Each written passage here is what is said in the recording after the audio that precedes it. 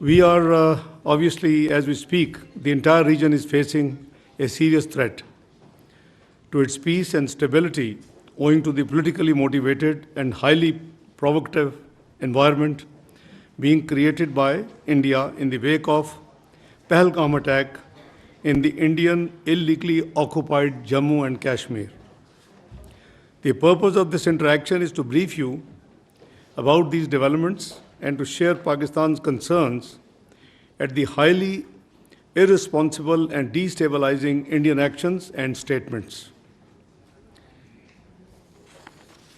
We look forward to answering any questions after the briefing ends. Let me start by reiterating that Pakistan condemns terrorism in all its forms and manifestations. No cause or objective can possibly justify taking lives of innocent people. This is the national policy, and this is the Islamic policy. Killing of a human being tantamount, as per Quran, killing of the entire humanity. And saving a life tantamounts to saving the entire humanity. So we believe in that. Let me say that targeting of innocent civilians is surely deplorable and condemnable. And this is happening in many parts of the world, and we have been subscribing our views and our policy everywhere it happens.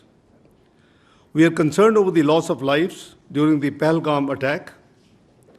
We also extended our condolences. Being a victim of terrorism itself, no one can feel the pain of those impacted by this scourge like Pakistan. Ladies and gentlemen, as the member of the UN Security Council, Pakistan constructively engaged with the other members on the press statement which is issued by the UN Security Council on the Pahalgam incident in the Indian illegally occupied Jammu and Kashmir. The UN Security Council statement contains condemnation in the strongest possible terms of the incident.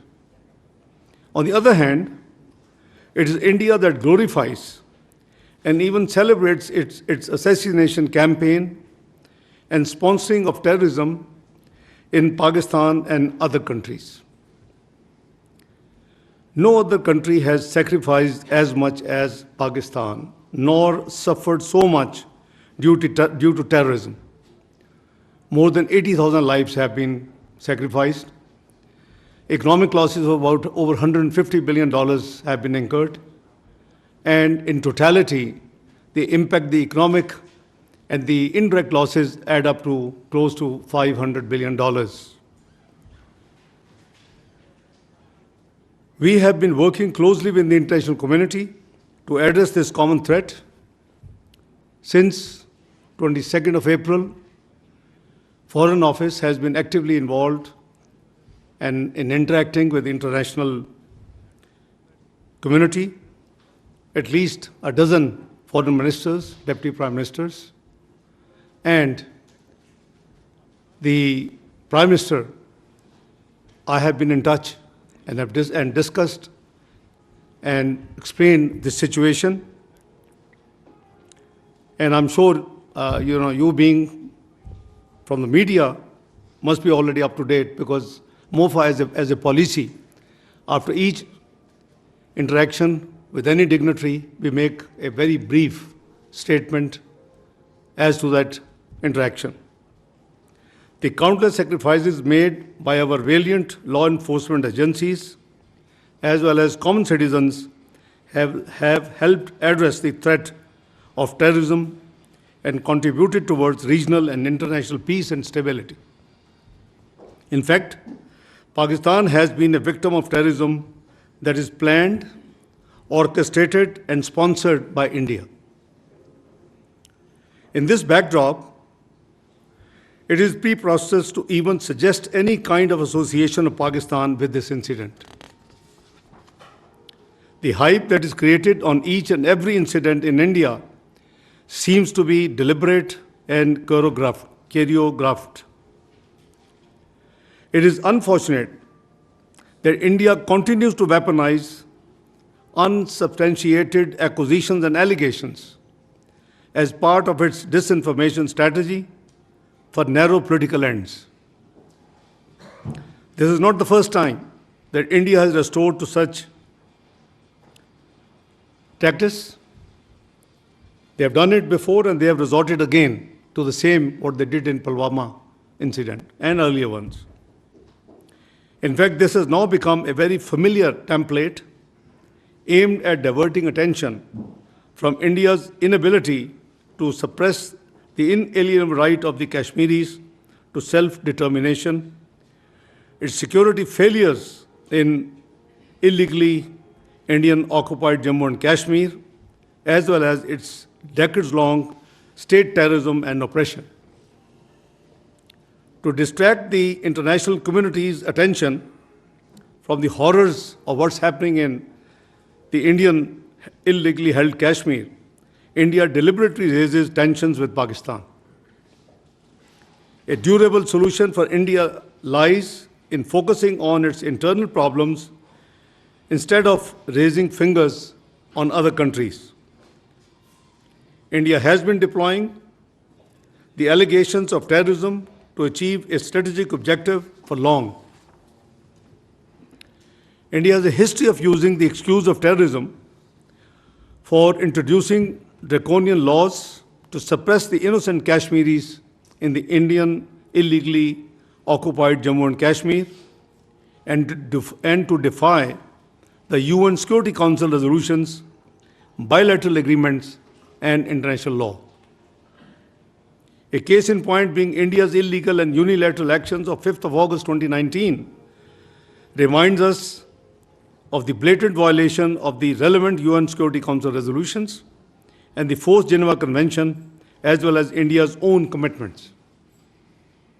India needs to explain why such incidents usually coincide with high-profile visits. Please make no mistake, the root cause of instability and conflict in South Asia is the unresolved and long-festering Jammu and Kashmir dispute.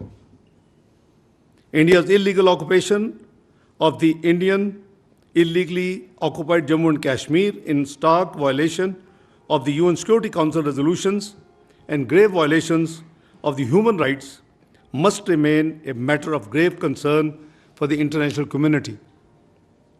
At the same time, all such incidents are used to whip up domestic political sentiment for narrow political gains.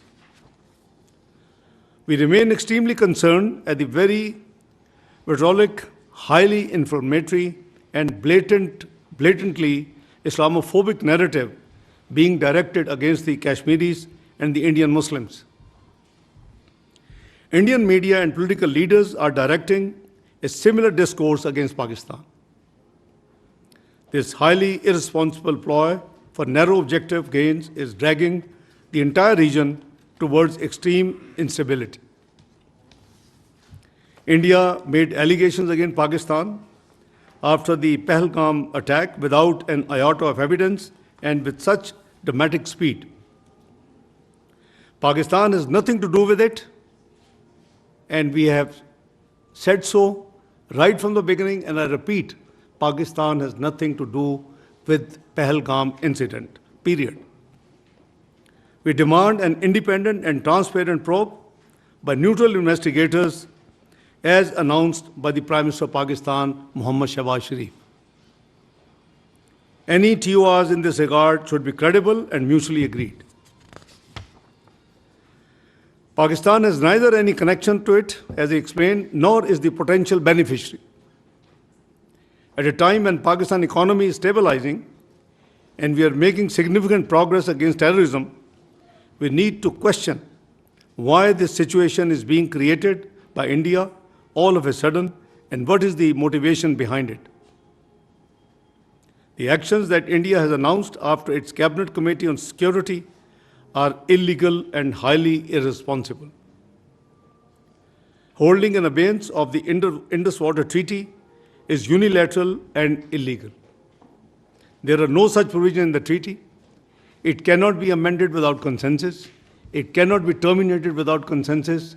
And in case of any disagreement or issues, there are forums provided in the treaty which should be invoked. This action shows India's blatant disregard for the sanctity of international treaties. It sets a dangerous precedent. It strikes at a fundamental pillar of the regional cooperation with profound implications for regional and global stability. Pakistan is an agrarian economy. Millions of people are dependent on the waters being regulated by this treaty. Please don't forget, we gave up three rivers in this treaty.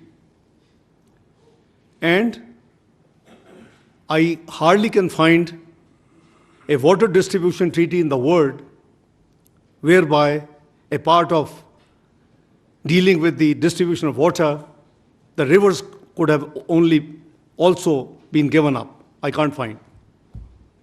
The National Security Committee of Pakistan has made it very clear that any attempt to stop or divert the flow of water belonging to Pakistan as per the Indus Waters Treaty and the usurpation of the rights of the low riparian will be considered as an act of war. It is equivalent to an attack on the people of Pakistan and its economy. Other diplomatic measures by India are indiscriminate and unnecessary. India's actions and inflammatory rhetoric in the last few days are highly irresponsible. Being a responsible member of the international community, Pakistan believes in restraint and remains committed to regional peace and stability. However, in case of any act of aggression, Pakistan remains determined to defend its sovereignty and territorial integrity in exercise of its inherent right to self-defense as enshrined in Article 51 of the UN Charter. The world leaders I have been speaking to in the last few days after this incident, who have been requesting for the exercise of restraint, I have been making it very clear on behalf of our government, on behalf of the nation, Pakistan will not be the first one to resort to any escalatory move. However, in case of any escalatory move by the Indian side, we will respond very strongly. Let me raise some questions that need to be considered with respect to the Pahalgam incident. One, is it not the time for the international community to hold India accountable for its transnational assassinations in different countries, including Pakistan? Two, is it not important to distinguish between the international community's sympathy with victims of the incident and unwitting endorsement of Indian belligerence? Three, is it not that Indian propaganda is aimed at fabricating a casus belli for a military adventure? Four, don't you think that India's blatant disregard of international law and whimsical approach towards its obligations would lead to a highly unstable and unpredictable regional order? Five, isn't it high time for the international community to step in to condemn India and to prevent it from targeting people on the basis of Islamophobia and religious hatred? Six, can we deny that the dangerous Indian brinkmanship and efforts aimed at escalation can potentially lead to disastrous consequences in a nuclearized region and beyond? Notwithstanding above, Pakistan is cognizant of the developing situation. We are very alert, the armed forces are alert, and the National Security Committee resolve is very much there. We are vigilant, our armed forces are vigilant, and the nation will thwart any misadventure, responding in a befitting and decisive manner at the time and place of our choosing. Let me also share with you that it took no time that we issued the statement expressing our condolences. I was with Prime Minister in Ankara on an official 36 hours visit. After we landed, the news came, and the moment the meetings for which we had gone there ended in the evening, I was in touch with the Foreign Office, and the Foreign Secretary and I and the team finalized in consultation with the stakeholders, Pakistan's statement on this incident.